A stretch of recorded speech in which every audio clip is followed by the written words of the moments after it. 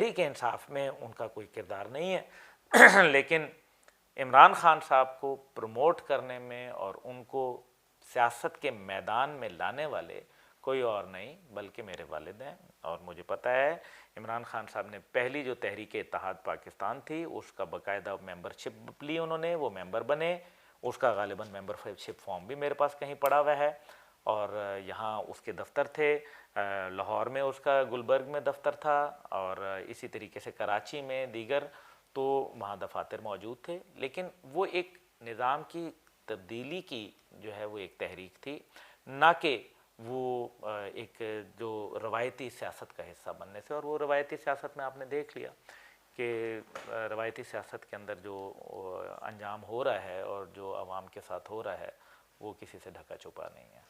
दूसरी जानिब एक बात कहें तो जनरल हमीद गुल साहब ने एक और बात कही थी कि पाकिस्तान जो है तमाम इस्लामी ममालिक की सरबराही करेगा, लेकिन अगर हम बात करें तो अभी तो बहुत सारे मुल्क हैं जो कश्मीर के मसले पे ही पाकिस्तान की नहीं सुन रहे, तो सरबराही कैसे? देखिए, सरबराही क्या पाकिस्तान ने की नहीं है? क्या अगर आप दौर याद करें 1980 के दौर के अंदर, तो क्या पाकिस्तान जो है वो पूरी दुनिया को लीड नहीं कर रहा था? क्या ये कतर वगैरह के अंदर या सऊदी अरब के अंदर या दीगर यूएई वगैरह, ये तो पाकिस्तान के आगे पीछे फिरते थे अल्हम्दुलिल्लाह, सॉरी। तो ये तो पाकिस्तान के पीछे फिरते थे और पूरी दुनिया में पाकिस्तान का डंका बजता था। लेकिन पाकिस्तान ने साबित किया था बहैसियत फ़ौजी ताकत, बहैसियत जो है एक अच्छी मईशत, बहैसियत एक मजबूत मुल्क जो कि दुनिया में अपना एक मुमताज़ मुकाम रखता था। हमारी मईशत भी बहुत अच्छी थी, क्या 7 रुपये का डॉलर था तब। तो अब ये देखें ना कि जब पाकिस्तान जो कि एक इस्लाम के किले के तौर पर आया, जब किले ने ही अपने दरवाजे खोल डाले और दुनिया उसके अंदर बस घुसना शुरू हो गई और तागूती ताकतों ने नकब लगा ली और 9/11 के बाद एक गलत पॉलिसी के नतीजे के अंदर हमने पाकिस्तान को बहुत पीछे डाल दिया। ग्रीन पासपोर्ट की इज़्ज़त ख़त्म हो गई, पाकिस्तान की करेंसी जो थी वो बिल्कुल गिरना शुरू हो गई, करप्शन का एक अजाब आ गया पाकिस्तान के अंदर और सियासतदान जो थे वो शुतर बेमहार हो गए। नतीजा ये है कि जो आज भी जो है, माजी में भी जो थे उनको इसीलिए वोट नहीं दिया क्योंकि उन्होंने तो बहुत करप्शन की और बिल्कुल भाई अल्लाह माफ़ी दे, उन्होंने तो बेड़ा ही गर्क कर दिया। लेकिन आज भी क्या शुगर माफिया, गंदम माफिया और दीगर माफिया और डॉलर माफिया तो ये क्या कर नहीं रहे? करोड़ हा, अरब हा, खरब हा रुपए की करप्शन हो रही है। तो ये भी एक हकायक हैं। इसका मतलब यह है कि पाकिस्तान इस वजह से लीड करेगा क्योंकि हम उस नज़रिए के ऊपर मौजूद हैं, लेकिन अब हमें उस नज़रिए से हिलाया जा रहा है जहां हम एक इस्लामी फलाही खुद मुख्तार रियासत को जो है निगेट कर रहे हैं, हम उससे हटना चाह रहे हैं।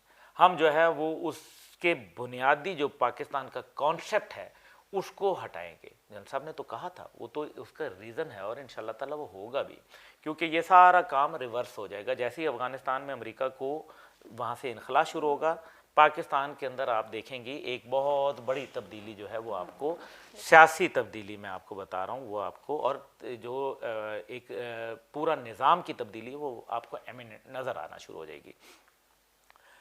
अब लीड तो हम कर रहे थे, न्यूक्लियर हम थे, ताकत हमारी फ़ौजी माशाल्लाह मौजूद है, हम बेहतरीन दुनिया की नंबर 1 फ़ौज के अंदर शुमार किए जाते हैं। तो उसके और फिर हमारे पास माशाल्लाह वसाइल भी हैं, कुदरती वसाइल भी हैं, एक बहुत बड़ी आवाम मौजूद है, मेहनत कश लोग मौजूद हैं और मोहब्बत करने वाले लोग मौजूद हैं, पाकिस्तान के साथ वफ़ादार हैं, अल्लाह और उसके रसूल के वफ़ादार हैं। तो मैं समझता हूँ कि पाकिस्तान में वो तमाम जो इंग्रेडिएंट्स हैं वो मौजूद हैं एक दुनिया की लीडिंग नेशन बनने के, प्रोवाइडेड कि हमारे ऊपर कोई ऐसा एक लीडर मिले जो कायद की तरह हो, जिसने कहा था कि we shall have India divided और डिस्ट्रॉयड। कश्मीर के ऊपर उन्होंने कहा था 1000 साल की जंग, ना कि घड़ियाँ लगाई थी। देखिए ना, ये जब आप ऐसी अपोलोजेटिक अप्रोच जब आप रखते हैं ना, तो फिर उससे आप लीड नहीं कर सकते। लीड वो करते हैं जो हिम्मत और हौसला रखते हैं, जो आगे खड़े होकर तुंदिए बादे मुखालिफ का मुकाबला करते हैं, जो दुनिया को आंखों में आंखें डाल के जो है वो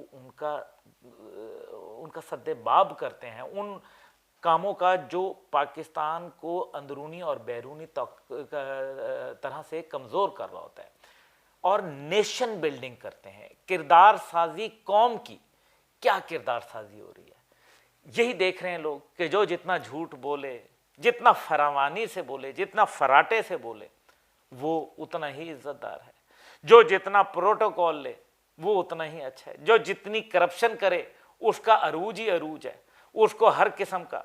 कोई लोग जो है वो सुप्रीम कोर्ट से भी सजा याफ्ता है लेकिन कैबिनेट की मीटिंग्स में बैठते हैं। मतलब क्या इसको बोलें।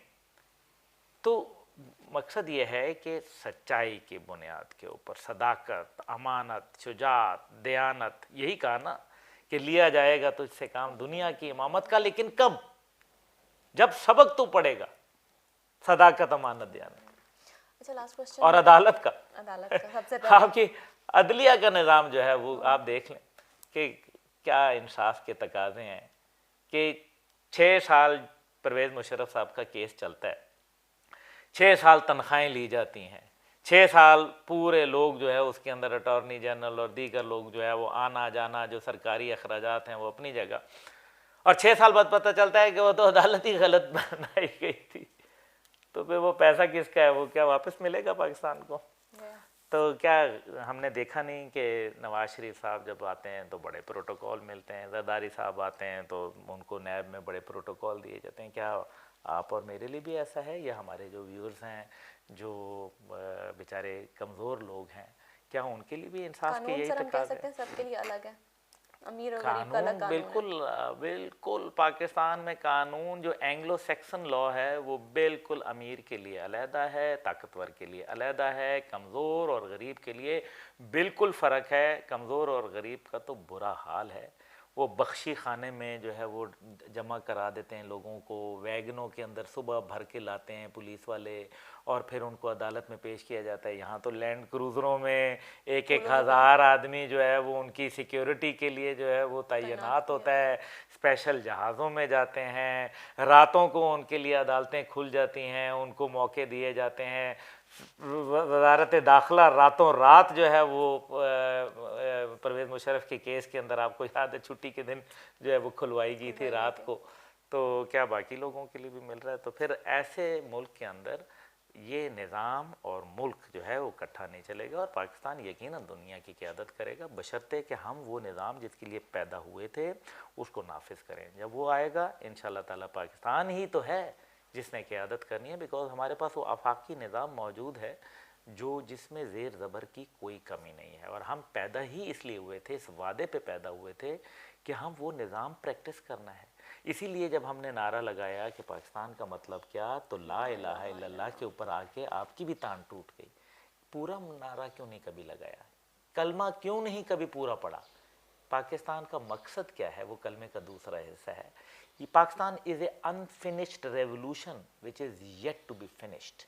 इसको, इस अधूरे इनकलाब को मुकम्मल होना है। सर, आखिरी क्वेश्चन मेरा आपसे कि जिस तरह से भारत और उनके जो सिपाही हैं उनकी जान से पाकिस्तान को मुसलसल धमकियां दी जाती हैं, या तो उनको पिछला फरवरी भूल गया है या तो फिर वो दोबारा से धमकियां दे रहे हैं, आप क्या देखते हैं कि पाकिस्तान क्या है, अगर वो हमला करता है तो उनका जवाब देगा धमकियों का, या अगर वो हमला करता है तो? देखिए, जो अभी तक पाकिस्तान की जो भी पॉलिसी है वो बड़ी डिफेंसिव पॉलिसी है वो एग्रेशन की पॉलिसीज़ नहीं है। लेकिन जो कि दुनिया में, और ख़ास तौर पे मैं एक फ़ौजी का बेटा हूँ और मैंने मिलिट्री हिस्ट्री को बहुत अच्छी तरीके से पढ़ा है, आपकी पॉलिसीज़ जो होती हैं कभी भी बेस्ड ऑन फियर नहीं हुआ करती। आपकी पॉलिसीज़ कभी भी बेस्ड ऑन जो है वो जिसको कहते हैं डिफेंस नहीं होती, बल्कि अफेंस। दुनिया में कहा जाता है बेस्ट डिफेंस इज़ अफेंस। हमने तो यही सुना है। और तारिक बिन ज़ियाद जो है वो एक लड़की के ऊपर आए थे और एक लड़की के साथ जो है वो ज़्यादती करने की कोशिश की गई थी, जिसके ऊपर फिर तारिक बिन ज़ियाद आए और फिर उन्होंने जो कुछ किया वो आपके सामने है। मोहम्मद बिन कासिम भी इसी तरह आए। आज अगर हमारी कश्मीरी बहनों की इज्तमाई आबरू रेज़ी हो रही है तो फिर हम खामोश बैठे हैं, तो फिर कुछ तो है जिसकी पर्दादारी है, यही कह सकता हूँ। बाकी जहाँ तक ये है कि अभिनंदन का एक वाक़या है, यकीनन वो अफ़वाज पाकिस्तान की तरफ से एक बहुत बहादराना इक़दाम है। अफ़वाज पाकिस्तान तो बड़ा वाज़े मेरे ख़्याल में ये पैगाम दे चुकी हैं कि हम आखिरी गोली आखिरी सिपाही तक जो है वो लड़ेंगे। लेकिन अब फैसला तो मेरे ख्याल में हुकूमत वक्त ने करना है कि वो क्या